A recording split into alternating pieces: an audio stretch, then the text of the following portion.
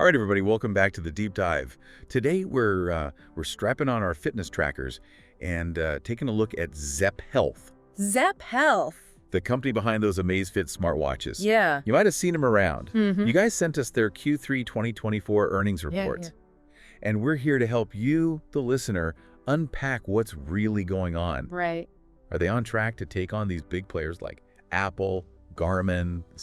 I keep hearing about a new product that's already flying off the shelves. Yeah, it's a fascinating time for ZEPP Health, you know? Yeah. They're trying to make their mark in a really competitive market. For sure. And this earnings report kind of gives us some clues about their strategy. Okay, so first things first. Yeah. The report mentions this 48% year-over-year revenue decline. Right. That sounds pretty scary, right? It does. Is ZEPP Health in trouble? Well, it's not quite as simple as it sounds. Okay. A big chunk of that decline actually comes from their reduced sales of Xiaomi branded products. So they've been heavily reliant on that partnership in the past, Right. but they're clearly trying to stand on their own 2 feet with the Amazfit brand. Right, so it's like they're having some growing pains. Yeah. Trying to break free and establish their own identity. Exactly. And they're facing some headwinds like Yeah. supply chain issues with their new Trex 3 watch. Right.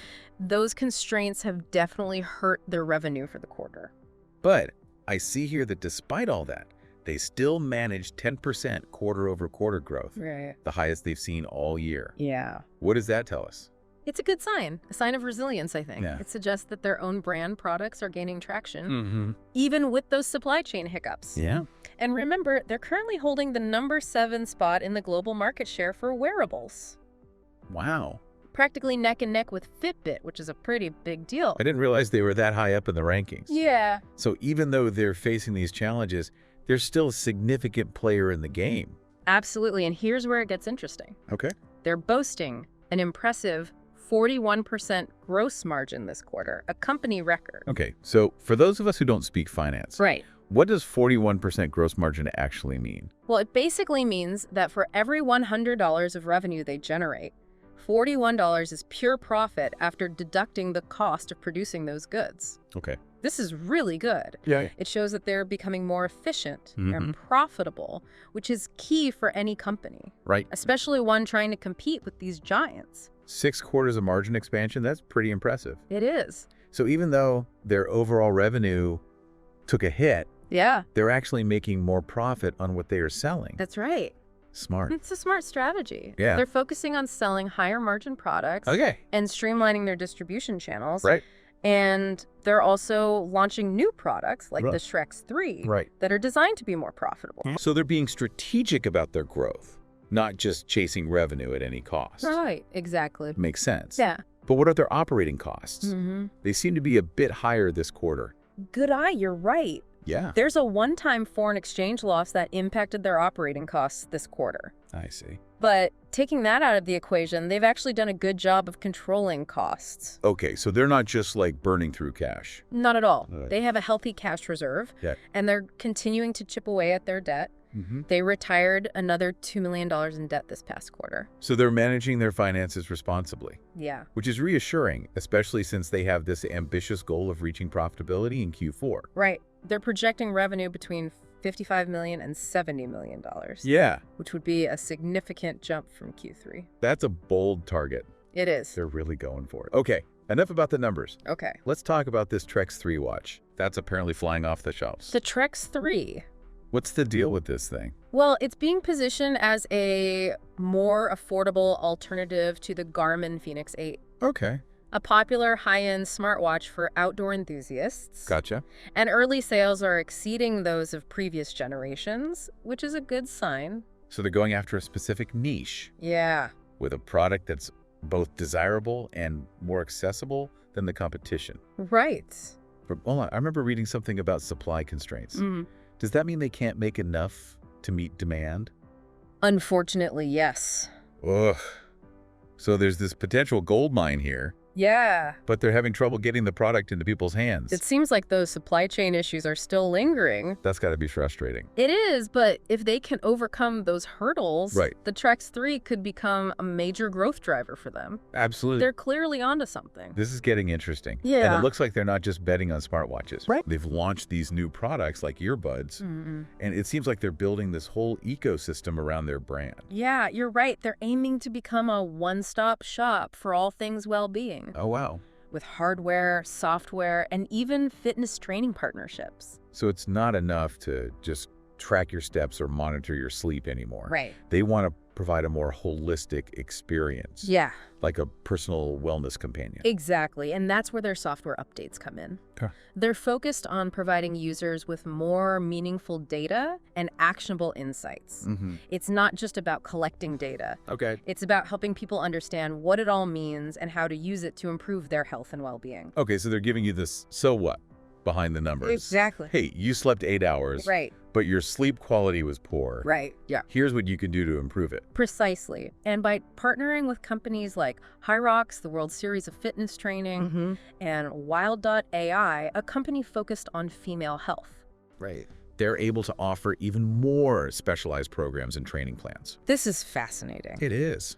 But before we get too carried away, Yeah. there's one intriguing detail in the report I wanted to touch on. Okay. You mean the mention of Charlie D'Avanzo? Yes. It's mentioned twice. Yeah. Almost as if this entire report was prepared specifically for them. Right. Who is this Charlie D'Avanzo? Right. And why is this information seemingly directed at them? It's not entirely clear from the information we have. Right. It's possible they're a key investor, Yeah. maybe even a potential acquirer. Or could they be a journalist or analyst Yeah. with a close relationship with the company? It's a mystery. It is a bit of a mystery. But it highlights something important for you, the listener. Yeah. Always be critical of the information you receive. Right. Ask yourself, who is the intended audience? Right. And what might their motivations be? Yeah. We'll probably never know who Charlie D'Avanzo is. Probably not. But it's a good reminder to always be thinking critically. Well said. It's important to remember that every piece of information has a context and a purpose. Okay, let's take a quick pause here. Okay. When we come back, we'll explore what this ecosystem play means for ZEPP Health's future Yeah. and how they plan to take on the giants in the wearables world. Yeah. Stay with us. We'll be right back. Do you want a deep dive podcast like this? Contact Bull Run by Charlie D'Avanzo. We were just talking about ZEPP Health's strategy to kind of move beyond just wearables and create a full-blown ecosystem. Right, and it seems like that's what a lot of consumers are looking for these days. Yeah. Kind of integrated experience where everything just works together. Right, exactly. So it's not enough for ZEPP to just sell you a smartwatch. Right. They want to be your go-to for all things health and fitness. Exactly. And they're doing that by focusing on 3 key areas. Okay. Hardware, software, and partnerships. Okay, let's break those down. Oh. So on the hardware side, Yeah. obviously we've got the smartwatches, Yeah. fitness trackers, but now they've launched earbuds. I have.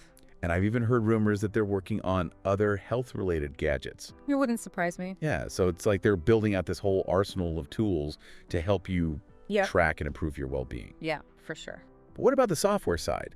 Yeah. How are they making that data meaningful for you, the listener? Well, that's where their focus on these personalized insights comes in. Okay. They're using, algorithms and machine learning to analyze your data Right. and provide you with tailored recommendations and guidance. Okay. So, for example, if you're not sleeping well, Yeah. their app might suggest changes to your bedtime routine Right. or even recommend relaxation techniques. It's like having a virtual health coach right on your wrist, Exactly. helping you make sense of all that data and actually put it to good use. That's a great way to put it. So how do these partnerships fit into the picture then? Well, by partnering with companies like Hyrox and Wild.ai, they're able to offer you, the listener, even more specialized programs and training plans. Okay. Hyrox, for example, is known for its high-intensity functional fitness competitions. Yeah. So you can imagine the kind of intense workout routines their partnership might bring to ZEPP's platform. Sounds pretty hardcore. It is. And then Wild AI Yeah. focuses on women's health. Right. So it's great to see them catering to specific demographics and needs. Yeah, for sure. It seems like they're really trying to cover all their bases and create a comprehensive platform that appeals to a wide range of users. Absolutely. I think they're realizing that a one-size-fits-all approach just doesn't cut it in today's market. Right. People want these personalized solutions that are tailored to their individual goals and lifestyles. Exactly. Smart move, but let's be real. Yeah. They're still facing some pretty serious competition. They are. From these heavyweights like Apple, Garmin, Fitbit. Right. How can they possibly hope to compete with those giants? Well, it's a David and Goliath situation for sure. Yeah. But ZEPP has a couple of aces up its sleeve. Okay, I'm listening. First, their pricing. Okay. Their products are generally more affordable than those premium offerings from, Apple or Garmin. Right. This makes them accessible to a wider audience, especially in these price-sensitive markets. That's a big advantage, especially for people who are maybe new to the world of wearables. Yeah. And they don't want to break the bank. Exactly. So what's their second ace? Their second advantage is their focus on specific segments. Okay. Instead of trying to be everything to everyone, they're targeting particular niches like outdoor enthusiasts with the Trex 3, Right. or fitness fanatics with this Hyrox partnership. This allows them to develop products and features that really resonate with those audiences. So it's a classic strategy of divide and conquer. It is. They're not trying to win over everyone at once.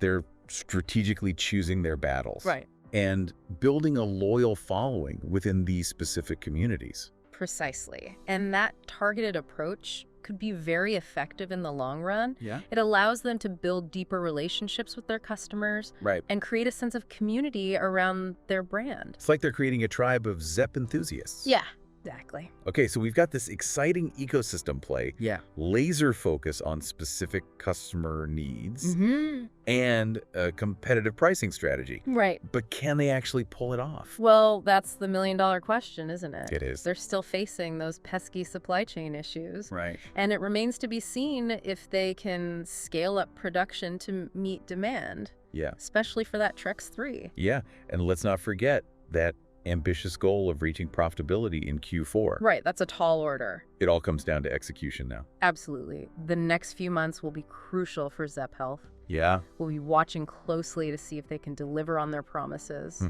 and truly challenge the status quo in the wearables market. It's like we're on the edge of our seats, waiting to see how this story unfolds. I know, it's exciting. And you, the listener, get to be a part of this journey. You do, yeah. You've got the inside scoop now on ZEPP Health's strategy, their challenges, their ambitions. Now it's up to you to decide. Do you think they have what it takes to become the next big thing in wearables? Right. Will their focus on affordability and those specialized features be enough to disrupt the market? Great questions to ponder. But before we hand things over to you, the listener, there's one more fascinating aspect of this story that we need to explore. We've talked about ZEPP Health's financials, their new products, ecosystem play, even the mysterious Charlie DeVanzo. Right. But there's one more piece of this puzzle that I find particularly intriguing. Oh. Their commitment to innovation. Okay. Research and development. R&D? Yeah. It's clear from this report that ZEPP Health isn't just content with following the trends. Right. They're actively trying to push the boundaries of what's possible. For sure. In the wearable space. That's right. They've consistently invested in R&D. And it's starting to pay off.